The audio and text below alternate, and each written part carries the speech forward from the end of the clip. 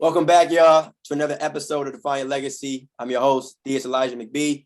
And before we tap in to this edition of Define Your Legacy, I want to shout out our sponsor, all right, the Define Your Legacy online store. You can find the link in the description of this episode, all right? We got tees, hoodies, long sleeves, mugs, and even masks, all right? So again, the link can be found in the description of this episode, all right? But with that being said, let's tap in. Let's get right into this episode, all right? We have Millie on the show, and it's dope to have you on the show because I know a lot of people have been wondering, with the social media hiatus and everything like that, okay? But you're here on the show, so we appreciate you. And if you could, just introduce yourself and tell us what it is that you do. Awesome. So thank you once again for having me. This is definitely something that I pretty much enjoy doing. I love talking to people and sharing my story. My name is Melissa. You can call me Millie. I'm also known as I Am Real Estate on Instagram and Twitter. I am basically an entrepreneur, real estate investor, and that's pretty much my story so far. So off rip, how'd you get into real estate investing? Yeah, so it all started off like basically when I graduated college. So I graduated in 2016. And a friend of mine was actually hosting a class for wholesaling wholesale real estate, right? So I'm like, okay, you know what? Let me go to his class just to support. I really didn't care about anything else. I just wanted to support and just mingle with some friends that were also going to the class. But then I went to the class and really started actually learning, like, you know what? This seems like a lucrative business, and not just a lucrative business. Not just a lucrative business like out of college, but just a lucrative business if you don't have any money, any college, no credit, anything. So I said, you know what, let me do a little bit more research once the class was over. It was really informative. So I did the class. I started doing research online, but it kind of just like left my mind because I got into working. I became a case manager. It just left my mind.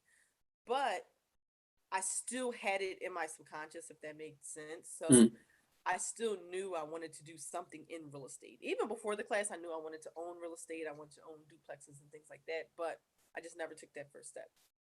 So once I kept researching over and over, like, you know what, I need to eventually take that first step, whatever it is. I took the first step, which was driving for dollars, which is something we'll talk about later. But just looking for properties and contacting the owner if they wanted to sell their property. So that's kind of how I started. I just started driving around in North Philadelphia looking for properties, like what properties look a mess, who's behind on their taxes, and who can I contact to get my first property under contract. So that was like around in 2018. Yeah. And so this was 2 years after you graduated, right? Yeah, because I graduated 2016. Yeah. So it literally was not in my mind for those 2 years. I was just I just focused on working. But it still was in my subconscious, if that makes sense. So this wasn't, obviously, it sounded like this wasn't something that you learned in school, right? Yeah, not at all. Nothing in regards to real estate in school. Didn't even take any business classes. I graduated with a psychology degree. Okay. Yeah, with a bio minor, with the hopes of becoming a physical therapist. When I realized that you had to take extensive schooling to do that, like you had to get your doctorate, and you only make about 70 to 80,000 a year, it just didn't make sense for me. So yeah. And so now, it's funny, how some people feel like, pro college or against college. But do you feel that what you learned from that event or conference or meeting that you went to about wholesaling and over your overall journey in real estate, do you feel like you learned more through experience with real estate or in the classroom with college? Definitely through experience, like life experience. A lot of people, we do talk about college to this day. And in my personal opinion, if you're not necessarily going for a professional degree, like I said, I wanted to be a physical therapist, which is almost like a doctor, or if you wanted to be a lawyer, or because we still need those. Right. Right. I vouch for people to do those things if that's what they're passionate for. But the other things, like in reality, I could have went if I truly knew about real estate early on. I could have just went and got my real estate license, became an agent, made some money, and then invested. You know, Mhm. you can be 18 and get your real estate license and make some money and then invest that same money. So I think life experience is truly important. I'm a really big advocate for that, other than school if you're not getting a professional license. Yeah. Now, if you're not going to school, my opinion is do a trade. Like when I used to tweet more, I would talk about trade or start some type of business, like a pressure wash business or become a painter or something, where you're literally making money and you don't have to. There's no degree, Well, with the trade, you got to get a Right. certification, but it's minimal schooling, so you'll be making money and then you'll use that money to invest and make more money. If that Mm. makes sense. So that's kind of my take on it. Yeah, and I mean it's all a process too, and I completely agree with that. But I think one thing I heard you say, and I feel like a lot of wholesalers might say, is pitching the idea of no cash, no credit. So how true do you think that is when it comes to wholesaling? Right. So with the wholesaling method, with the no cash, no credit, you can, flip homes technically where you're really flipping paper. Um, in reality, it will require money, some form of money. So whether you're using your gas to go drive for dollars, whether you have to pay for a phone bill to make these phone calls. There's some type of money required. But let's just think about it like this: like if you do have a car, and you already live in a neighborhood that you can find property, then you're already doing it. Like if you're on your way to the supermarket, you're already driving for dollars because you're Yeah, passing by properties. So that's already in your purview. But in reality, I do think it is truly possible to do it with like no money. I do think it's possible with the resources we have today, of like course. with the internet, with Facebook groups and things like that. So I do think it is kind of true that you can do wholesaling with like literally almost no money. Yeah, and during those times of driving for dollars, like obviously most people have driven a car, but did you notice a difference between like before you were driving a car regularly and now that you knew about wholesaling? Like, do you start looking at properties differently? Yeah, yeah. So like once you're in that mindset of like I want to be an investor or I'm even looking for a property, you're always on the hunt. So even if you're a first time wholesaler and you know that you're looking for properties that need to be in distress, you're going to be driving. You're going to be saying, "Oh my gosh, that's a property right there. Let me slow down. Let me park." You're going to be on the hunt looking for deals, and that's kind of how I was when I first started. I was just always on the hunt looking for deals, whether I knew the deal was going to work out or not. I was just always looking for property. Mm. Always having that mindset, which is I feel like a good thing. But did you have like any hurdles or obstacles that you feel like you had to overcome early on? Yeah, so like first I had to overcome just overall getting out of my own way. So like thinking for one, thinking I could do everything. You're gonna need help with something, whether you're gonna reach out to a friend, like my friend that taught me about the wholesaling from the beginning. I would reach out to him and say, "Hey, what is this or what is that or this title company is requiring this." So you're gonna have to lean on someone for help. That's no doubt about it. So one, thinking I can do everything on my own. The other thing was just overcoming confidence. A lot of people, especially if you're, I don't want to say black, but yes, if you're black or you come from a certain background, a lot of us have imposter syndrome, and we think we can't do certain things that we really can do. You just got to have that confidence and that courage to actually do it. So me overcoming the confidence, like, oh my gosh, I'm a woman. Oh my gosh, I'm black. Oh my gosh, what is this person going to say about me? Or what is this contractor going to say about me? Or the seller, whoever.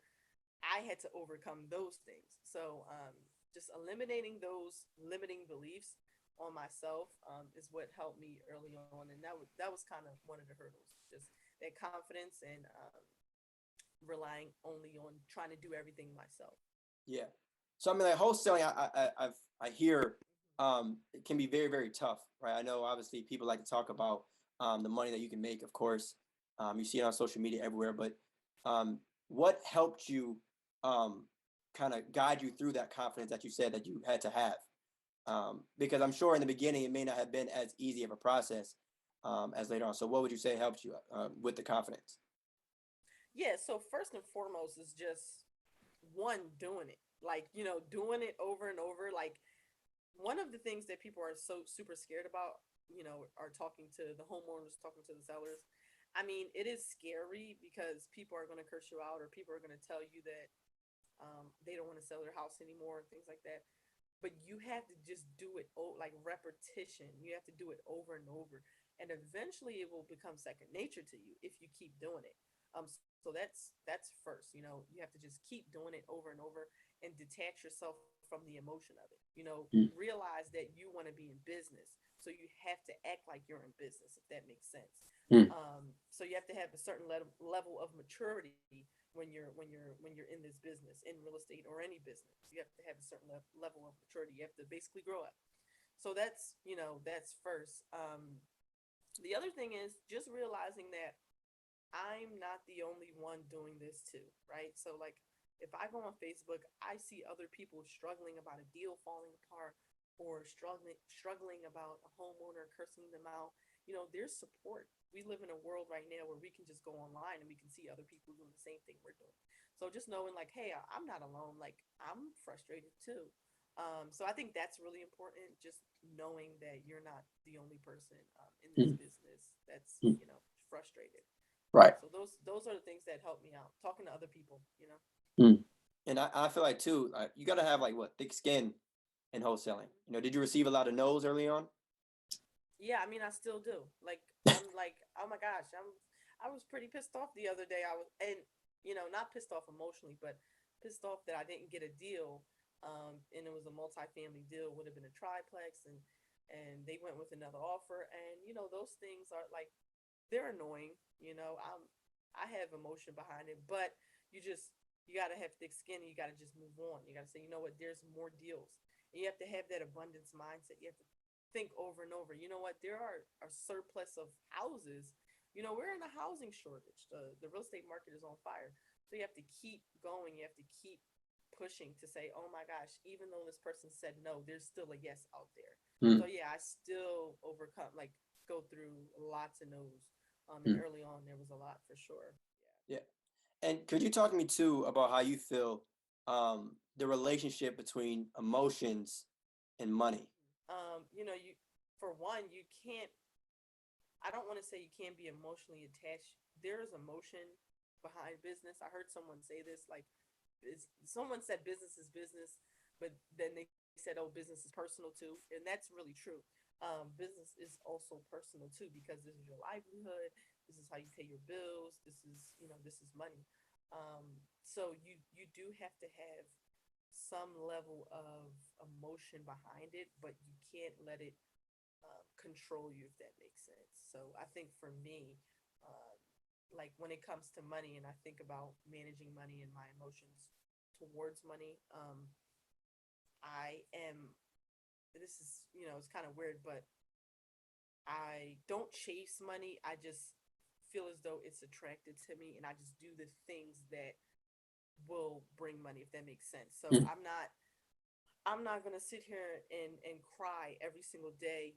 Oh my gosh, I don't have any money. I don't bring forth that emotion or that energy. The energy that I put into me attracting money is doing the things that will attract money, if that makes right. sense. So the emotion behind it, it's literally being positive, having a positive outlook, knowing that, like I said, there's an abundance of opportunities, whether it's in real estate, business, doing a podcast, whatever it is. Because some people get discouraged. They want to do things and they see other people doing it, and I was like, oh my gosh.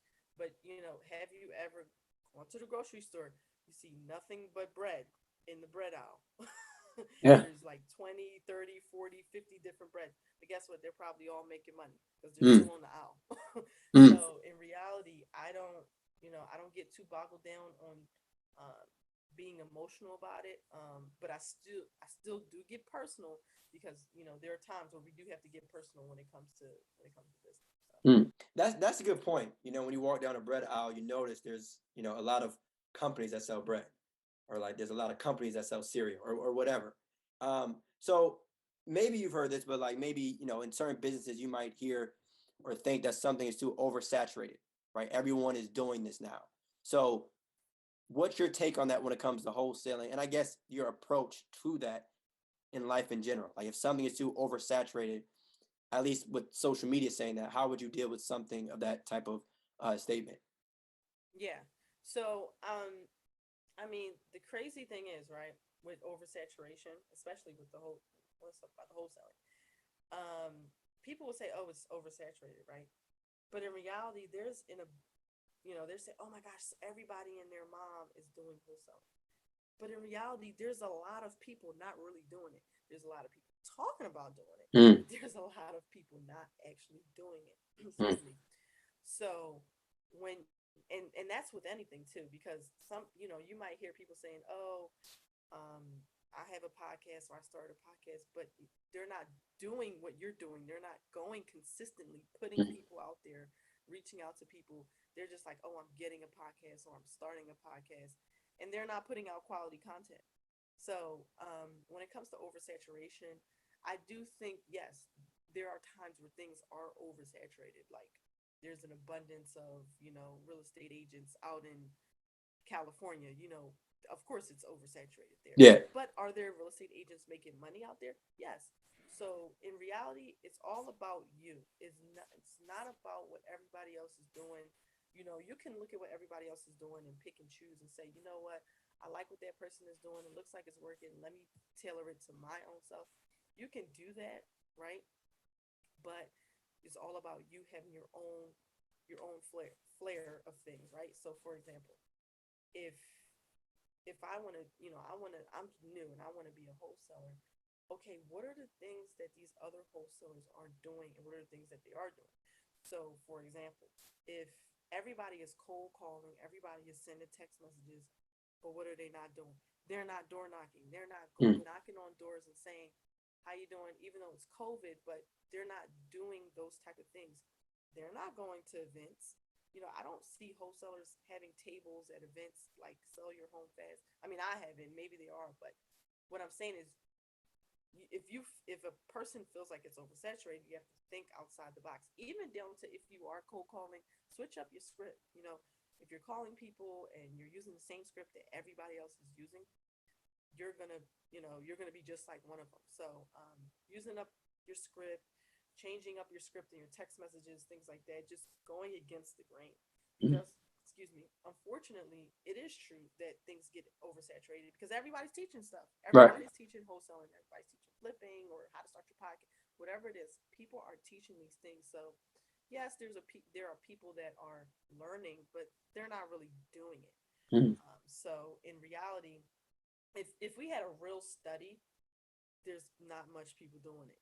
mm, Like in my opinion. So I think just standing out, being true to yourself, because there's going to be something that, for example, like your audience, right?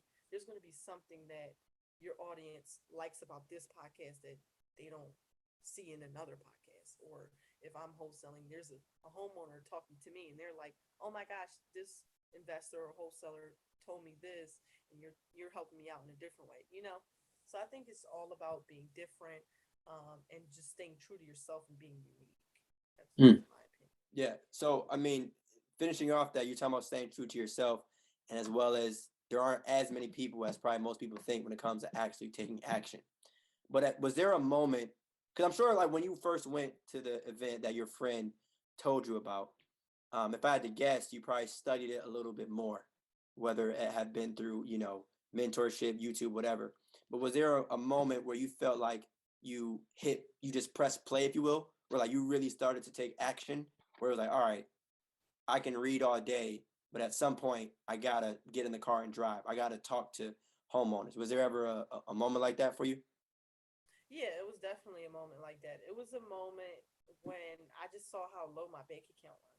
Mm, Like I literally just saw, like, oh my gosh, like no, you're not just broke, you're really broke. mm, And this was like an out of college thing, and I mean, I don't have handouts, so I don't have mommy and daddy to, I have supportive parents, but not in a sense where I can get a 10, 15, $20,000 loan to go mm, buy a property and start investing. So that $10,000 or $15,000, I have to go source it myself. And I can't source it from my job because my job is only paying me 30,000 a year or whatever. Because that's approximately how much I was making at the time. I was making Mm, around 26 to 30,000. So once I saw how broke I was, and I'm not going to say, oh, I was motivated by money, but it is true. I was motivated by the fact that um, I felt overworked and underpaid. That was mm, kind of what it was, that moment for me. And you got to feel that internally too. It's not just like people, they say, oh my gosh, I'm so broke. But like, they don't really feel it though. You got to like mm, feel it in your body, like, oh my gosh, I'm really broke. So until you have that moment is when you make that switch, like, oh my gosh. Or like, a lot of people had moments where they get evicted from their house or like a rock bottom moment. Like you gotta have a rock bottom. mm. And I had several of those before I even said yes. I mean, to take press play. So yeah. Yeah. All right. So I feel like in a way, sometimes people have to be irritated. You have to be Yes, kind of, yes. you gotta be pissed off. I mean, a lot of things motivate people, and for whatever reason, people like to ignore the money aspect of it. Like, oh, I'm doing this because it feels good. At the same time, Right. we adults, we got bills. Um, Exactly. so we already talked about the moments, um, but was there a deal that you saw from someone else that really sparked, your interest, or did you see someone else, or did you follow anyone on Instagram that made you think like, all right, I can do this too? Because obviously, you know, being broke is motivating enough. But when you might have seen someone that looks like you doing it, did you have that?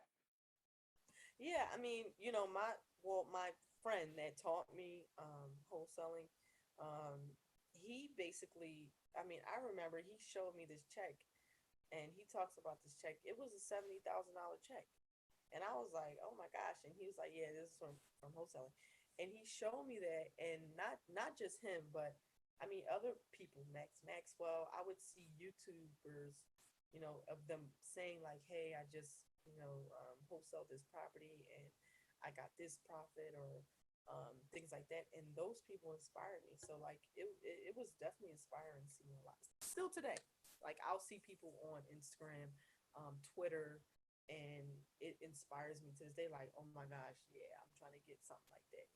Yeah, yeah, yeah, yeah. And I think a lot of people will, right? You Yeah. see, catchy titles like so and so made X amount of money, but what made you keep going? And I ask that because I know you mentioned, obviously seeing your bank account, but I think a lot of people may be in a similar situation like that, right? Whether, they're not able to ask their family member for a 5-figure loan, or no one has shown them how to make money or whatever. But what really, really, really made you keep going? Yeah, well, basically what we just talked about, seeing those other people. Hmm. So like, me seeing that it's possible, me seeing that there's people, and it wasn't just men, it wasn't just like, it was women. There are other people, succeeding. And some of these people didn't go to school. Some of these people just got out of jail. I mean, oh, I think something fell in my house. But some of these people um have, I don't want to say less qualifications than me, but they just from the streets. I mean, I knew guys from the streets that started doing wholesaling and were making a killing. And they weren't, suit and tie professional guys. So just knowing that there are people that come from so many different backgrounds, that were able to accomplish what I wanted to accomplish, showed me like, oh my gosh, I need to keep going because it works, right? Hmm. Because you have to know that it works. So just me knowing that it works, um, is just was proof for me to keep going. Yeah, Like I knew I was going to have my time, basically. yeah. You just gotta keep going. And I ask that again because the way social media is, people I think will see catchy titles and think that it can happen within like a week. But Right. you That's know, the problem. yeah, putting the time in, I think, is extremely extremely crucial. So, I gotta ask, is it true that you bought a house for $100? Yes, yeah, I really did. Yep. Bought a house for $100. That was not including the closing costs, but the contract between me and the homeowner was $100. Yes, and that house is pretty much done. I'm gonna post it soon. Oh, Yeah. lovely, lovely. Okay. Yep. So it is true. Through the same method, driving for dollars, finding a rundown property, calling the homeowner, telling the homeowner, "Hey, I want to buy your property." And at the point, and at that time, she was like, "Which property?" The lady didn't even know. She lived out of state. So this is what we call a motivated seller Mm. because she had a property she didn't even want. So I said to, and it owed taxes. It was vacant. It owed taxes, and it just needs major repair. So I said to her, I said, "All right, you have this property.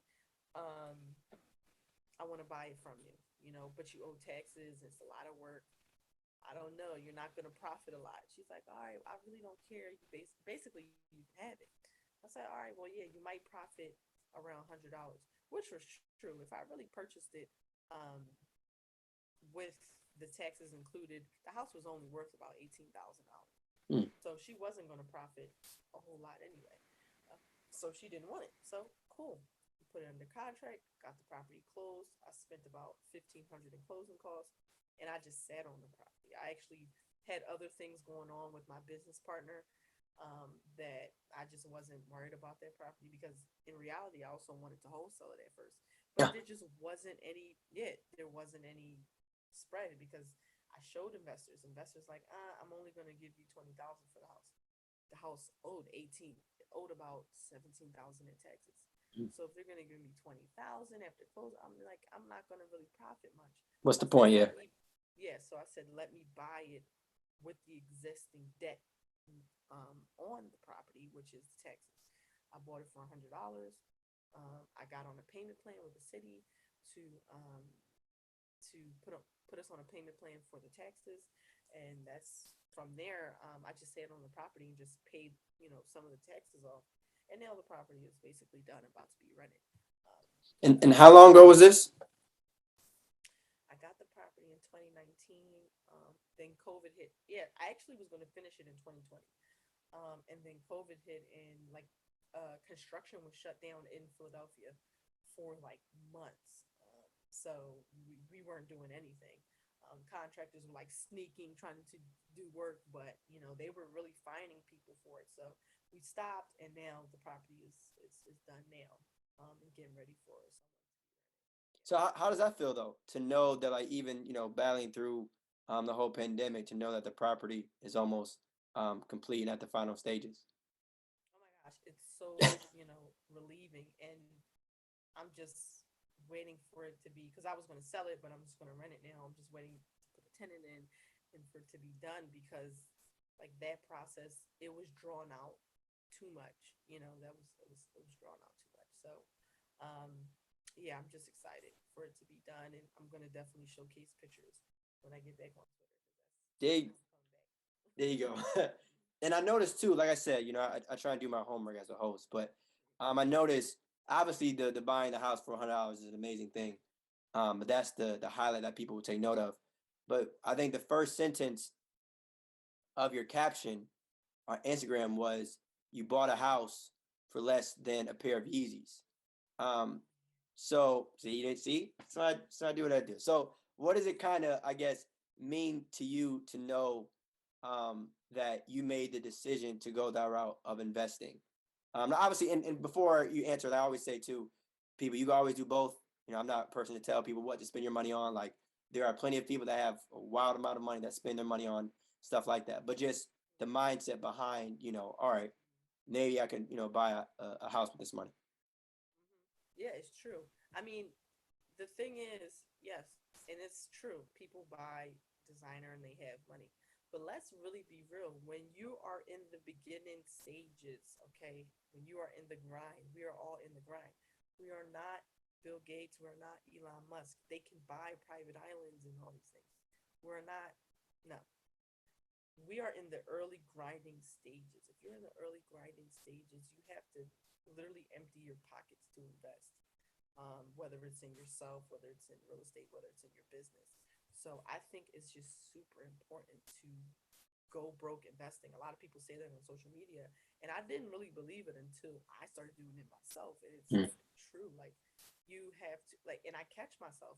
I'll look up some boots or look up something, and then I'll think, oh my gosh, if I spend 500 on these boots, but I could put 500 on crypto, or I could put 500 on something, piece of stock. And, you see things, you see people saying, oh my gosh, I made, 20,000 from this crypto, or I flipped this. You're like, oh my gosh, why didn't I do that? Well, because maybe you're focusing on the wrong things. People are making so much money by crypto NFTs. You literally can just park your money somewhere and just let it grow in value. Mhm. So but if you buy the sneakers, if I buy the boots, is nothing happening. What, I'm going to get an Instagram picture out of it? Yeah, No. So it really doesn't even matter. It really doesn't even matter if you're in your early stages, focused on grinding and investing every cent that you have into yeah, yourself and your business. yeah. And I always say too, like a part of financial literacy is decision making as well. Like we talk about money and education, but it's also decision making. So use the example of $500. Now, most people, if you're listening to this podcast, if you've ever come across $500 and you decide to invest it instead of buying a designer or whatever, no one is saying that you don't have money or whatever, but it's a decision that you make. Am I spending this on a stock, or am I spending this on a pair of kicks? Am I spending this on a crib, or am I spending this on a car that I just want to get to impress my friends? Now, going off that, did you always feel that way though? Like, did you always have a mindset of I gotta invest, um, or do you think that kind of came over time? No, actually, it didn't come. It didn't come until I really had money. If that makes sense. Mm, mm, When I was really broke, I wanted those things. I wanted so many, mm, bags and all these things. I wanted it. And then I got the money, right? And then I did buy some stuff, right? mm. When I you do that. You make Right, it's still yours at the end of the day. exactly. So I don't even want to call them mistakes, but then you buy, even if you do buy something, you're gonna realize how, I don't want to say worthless, but how, like, it just doesn't even matter. Because, like, I have a pair. I mean, I got 3 pair of Yeezys that I don't even wear. Mm, I wear like the same 3 shoes every week. So that's just to show that we buy these things and we're looking at these things, but in reality, we might not even need them. I'm wearing one of my company shirts today. I'm doing it the wrong way. Wearing my company shirt today. I spent $40 on this versus if I would have spent $100 and something on like a designer shirt. mm. So needless to say, I did not always have that thinking. It wasn't until I had money that I knew, oh my gosh, you know what? You really need to do something with it. Also, too, I had the money. I bought the things, not just myself. I bought people things. I did all of that. Mm. Then the money started lowering. Then I noticed, like, oh my gosh, it's gone. It's nothing. So you have nothing to show for it. You Yeah, made this 10, 15, $20,000 check or whatever. You have nothing to show for it. So when you invest, you have something to show for it. At least you can pull up your whatever account, Robinhood or investment portfolio, and say, "Hey, I have something." So yeah. yeah, and you hit around on the nail too. It's like once you spend something, on clothes or whatever, like it's gone. Like it's not like you can return it, but it's gone. But at least in an investment, even if you make a bad investment, which I obviously don't advise, the money for the most part, at least some of it is going to be there. Like I have you ever come across someone who, I guess was new to investing or new to wholesaling? What would you say to them? Like someone that's nervous to spend money on marketing or buying their first stock or what have you. What would you say to them? I mean, I would tell them that if this is something you truly want to do, you have to go all in. A lot, like, not just me, but there are a lot of people that went all in the beginning. Um, is not just you. And look at where they're at, right? So if you see someone that's like a big investor and they talk about how they spent all their money on, something that contributes to their success, and you see where they're at, you see that it works. Once again, going back to seeing that it works, you really got to put yourself first, right? Don't put the material things first. Don't even put other people's needs first. Put yourself first. because you won't be able to buy the material things and you won't be able to help the people that you want to help unless you put yourself first. And the only way they can do that is by literally putting everything you have into what you want to grow. That Mm, makes sense. mm, So I think that's my advice. Say if it's gonna seem risky, right? But with no risk, there's no reward. So for example, let's say you're a new wholesaler and you wanna stop cold calling, right? You're cold calling, you're calling people every single day. Well, you're cold calling, you're locking up deals, you're selling your deals, you're doing everything, but you're being cheap about investing in a cold caller, someone to do it. You have to understand, what is your time worth, right? What is your time worth? If you already made 20, 30,000 in wholesaling, and a cold caller only costs couple $100 a month, imagine what that cold caller can do for you. mm. So it's just all thinking about where you want to be and what it takes to get there. Yeah, yeah, and it's all I feel a numbers game, right? Is you kind of again going back to the decision making. It's like, all right, what are you spending your money on versus what you're not. Um, and you have a you still have your wholesaling ebook.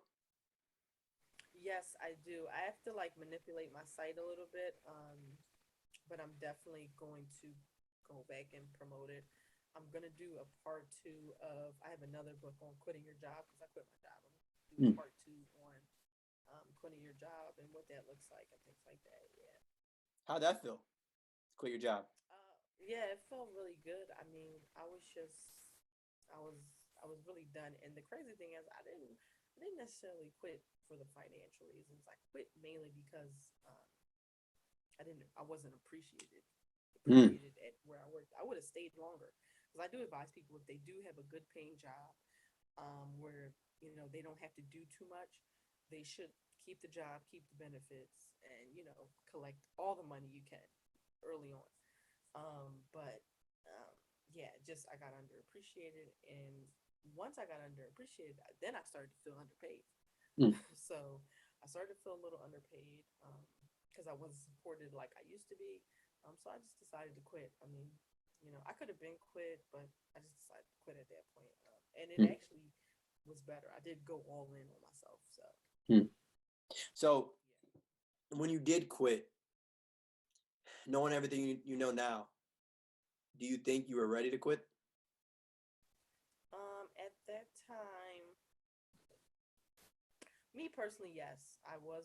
Well, no, I actually wasn't, because if we're talking personally, like how I felt, no, I did not want to quit because I personally didn't want the change. I didn't know what was going to happen. I was really scared. Financially, I was ready because I did have money saved. That was just me personally.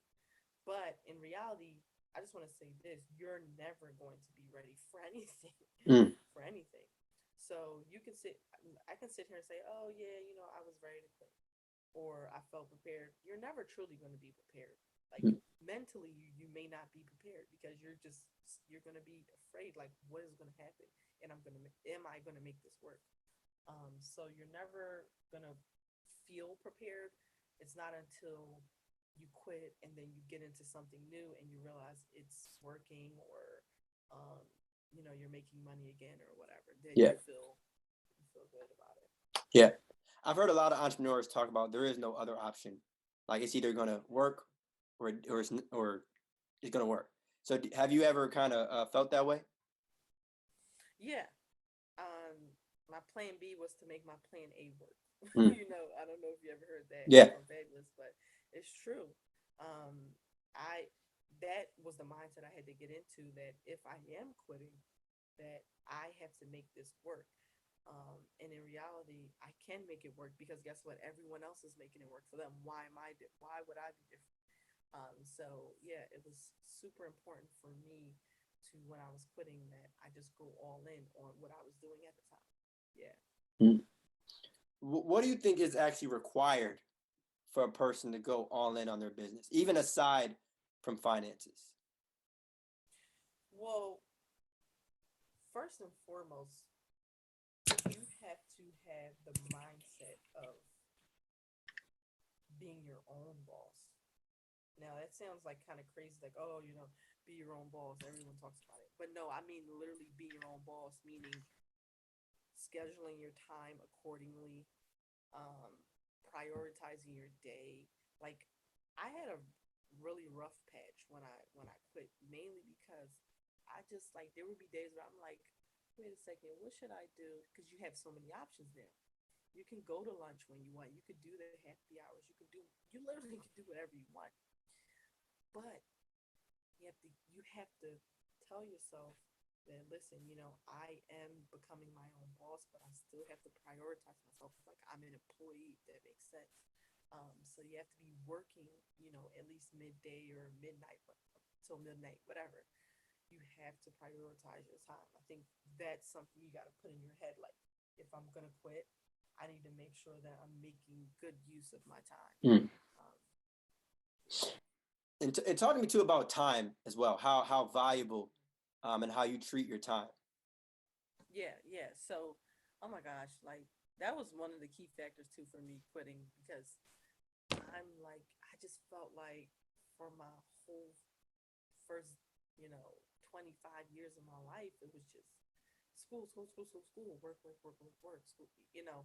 And when you really do the calculation, if I'm at work for 8 hours a day, I got to travel for at least an hour each. I mean, travel and prepare an hour each. That's 10 hours a day gone. 14 hours I'm supposed to do work on my side hustle, do other things. It just was not feasible for me. And like for me, my time is so important that I do hire out a lot of different things. Like for example, with the wholesaling, I don't do the cold calling no more. I don't, download the list to send to the cold callers. I don't do that stuff mainly because I paid for that. I took the money, the profits that I made from wholesaling and real estate in general, and paid other people. And now I'm paying other people to do it. So I'm willing to spend. I'm willing to hire out. I'm actually hiring right now for another role in my company, Okay. but I'm willing to hire the VAs. I'm willing to hire people to do other things because my time is just so valuable. Okay, yes, I'm not some major CEO. I'm not Jeff Bezos, but I literally have. There's certain things that I have to do, and I saw something on Instagram. Someone said you can't do $10 an hour task, and that's true. I really can't focus on tasks that will take up my day and I'm just literally didn't really do anything. It's busy work. Mm. So the things that I focus on is actually speaking to the homeowners, speaking to the buyers, speaking to the title companies. Well, actually, I have a VA that does the title company part and some of the buyers part, but still, actually working on things that will generate the most money, you know, Yeah. um, and generate the most success out of the business. Yeah. And so as you continued to scale, did you wait until you were, I guess, great at doing each of those individual steps, or did you just say, you know what, let's hire out as soon as we can? No, I did not wait until I was super great. I know a lot of people say that. I've seen videos. Oh, you don't need a VA, or um, you need to do it yourself a whole lot. You need to be an expert before you.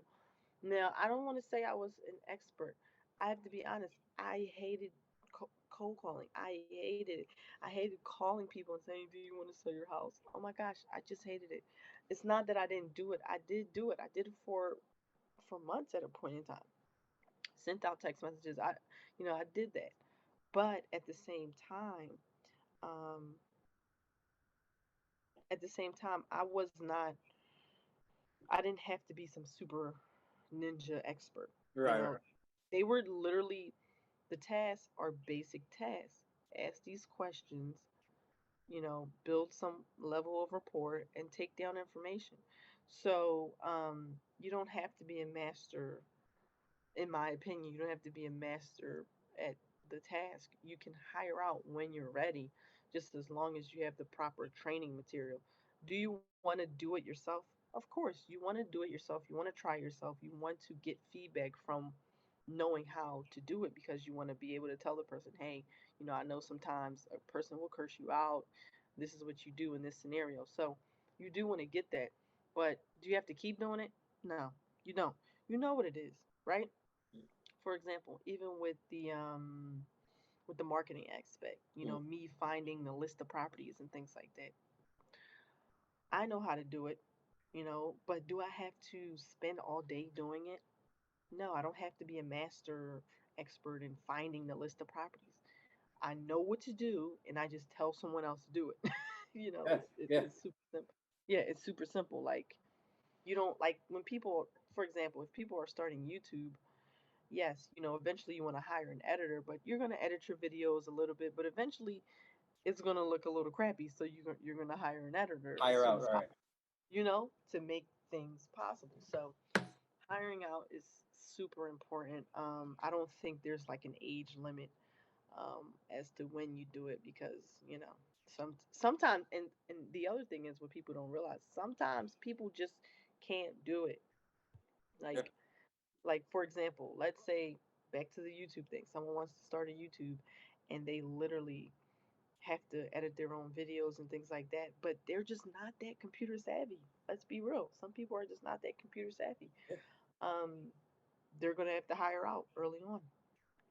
So I think hiring out is the best thing that you can do. You can try to learn it, do it a little bit, but hiring out is the best thing you could do for yourself and your business too. yeah. And you actually could lose money if you don't hire out sooner enough. Hmm. You can lose a lot of money being cheap. I think someone said Yes, it's expensive being cheap or something like that. And like, yes, you can lose a lot of money, and yes. It costs too much. it costs to be cheap. There you go. Yeah, That might have been it.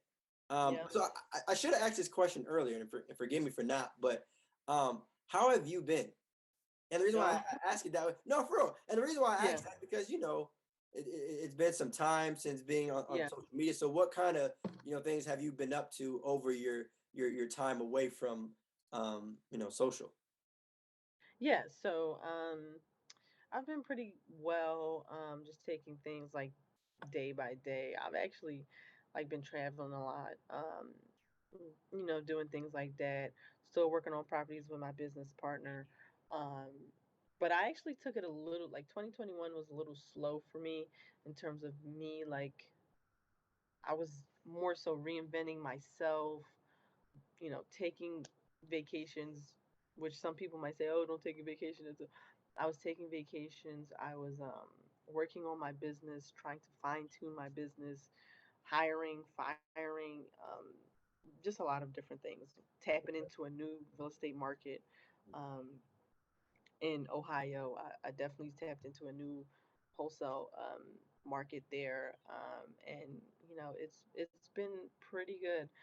My only struggle right now is I'm just trying to hire other people for other things in my business, and I'm just having a hard time hiring people Mm. to do that. But yeah, this year has been trying to fine tune my business. That's what this year Yeah. has been. I also, people don't know, I also have an e-commerce business with my girlfriend. People don't know.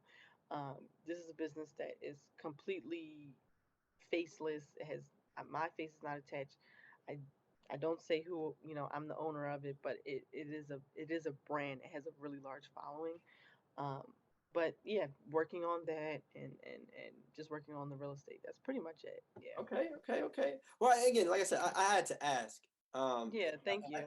no doubt, no doubt, and I think that's just proof that like you don't always have to be on social media. Like you don't always have to. Yeah. You gotta get your life and your mental and your business right, and at any cost. Um, Yeah. And the problem too, I went into this hibernation mode as yeah, my last tweet said, is because with Twitter specifically, there's there's a lot of stimulation. There's a lot of oh my gosh, I just closed this deal, or oh my gosh, you get into this point where you feel like, damn, like I ain't doing enough. You know what I mean? And it kind of makes you a little depressed, yeah. right? Because you see some person say, I'm 27 years old with a real estate portfolio of 100 million, and you're like, oh my gosh. Hey. So exactly right. Yeah, So you're like, damn, like, but in reality, you have to center yourself and realize like everybody has their own path and things like that. But I was experiencing it. I was experiencing a lot of, oh my gosh, I'm just not doing mm, enough. And just a lot of drama. It was a lot of drama on there too, not including me, but yeah, it but was a just in lot of general, yeah, drama. yeah, it was a lot of drama and catty stuff. So I'm like, you know what? I'm gonna separate myself for a little bit, just take a little break. And for me personally too, I'm gonna say this part. Some of my tweets would go viral, and like I would have like the biggest trolls. Like I would, oh my gosh, like I don't know.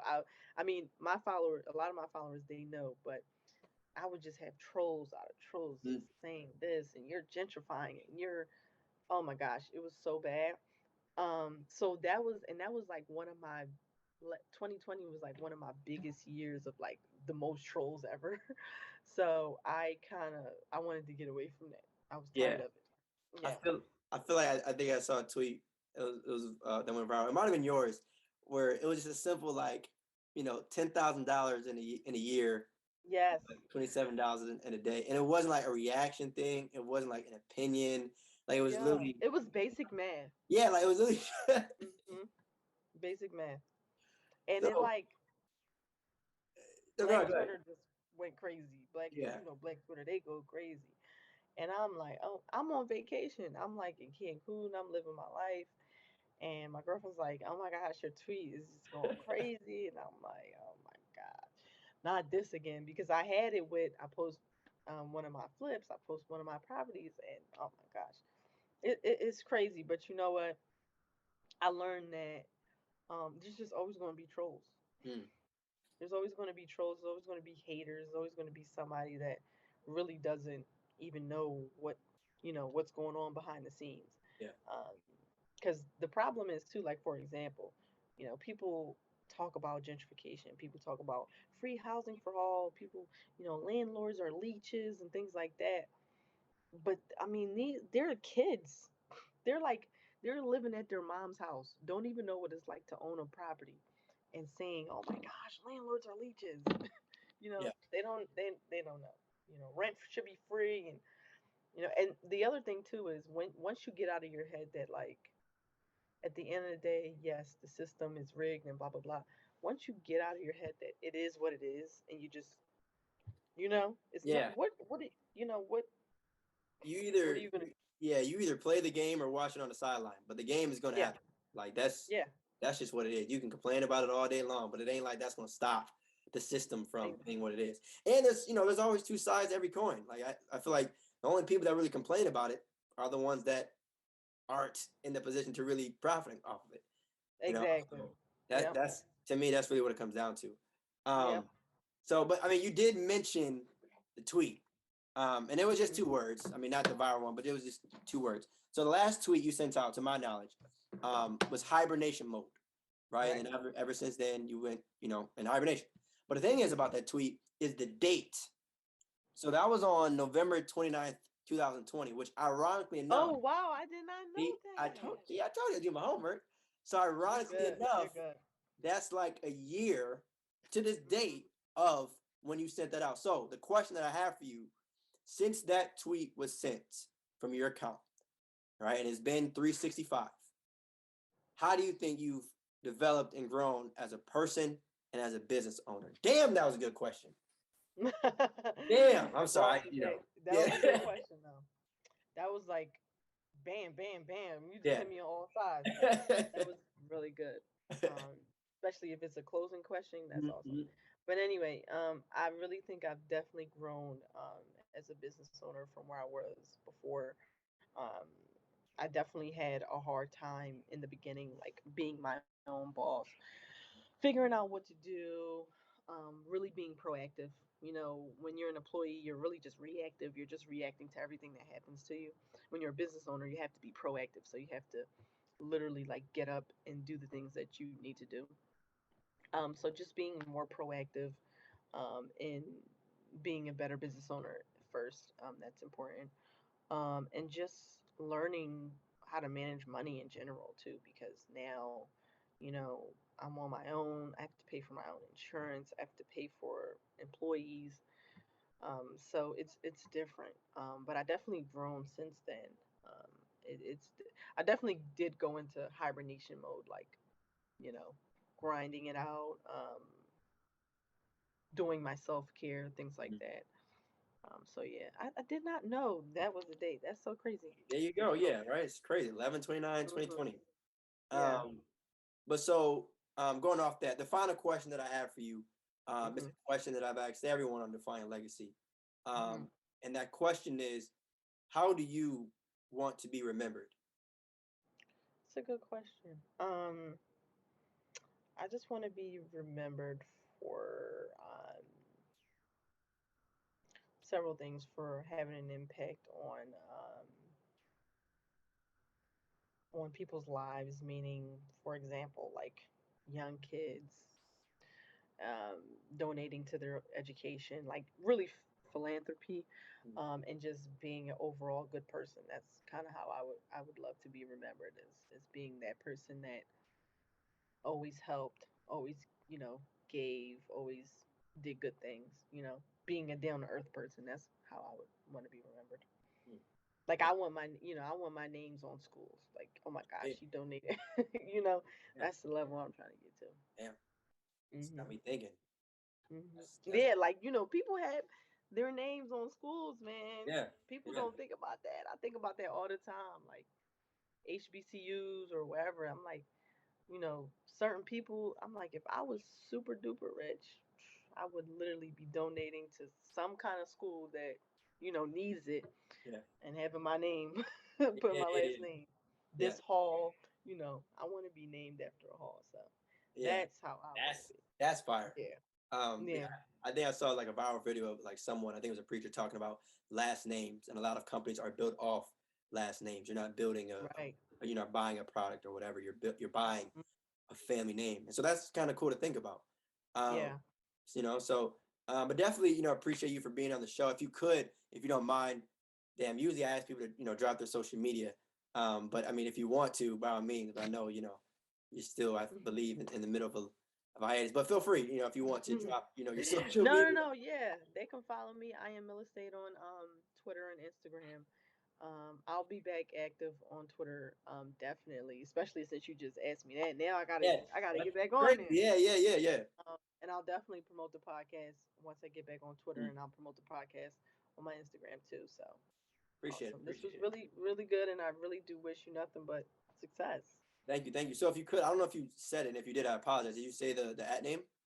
Yeah, I am Mill Estate. Okay, Mm-hmm. gotcha, gotcha, gotcha, Millestate. gotcha, gotcha, Yep. gotcha. Are there any final words that you want to leave our lovely Defiant Legacy audience with? Um, just stay true to yourself. And just don't let those haters, those trolls get you down, man. Fact, Twitter, it can be good and bad.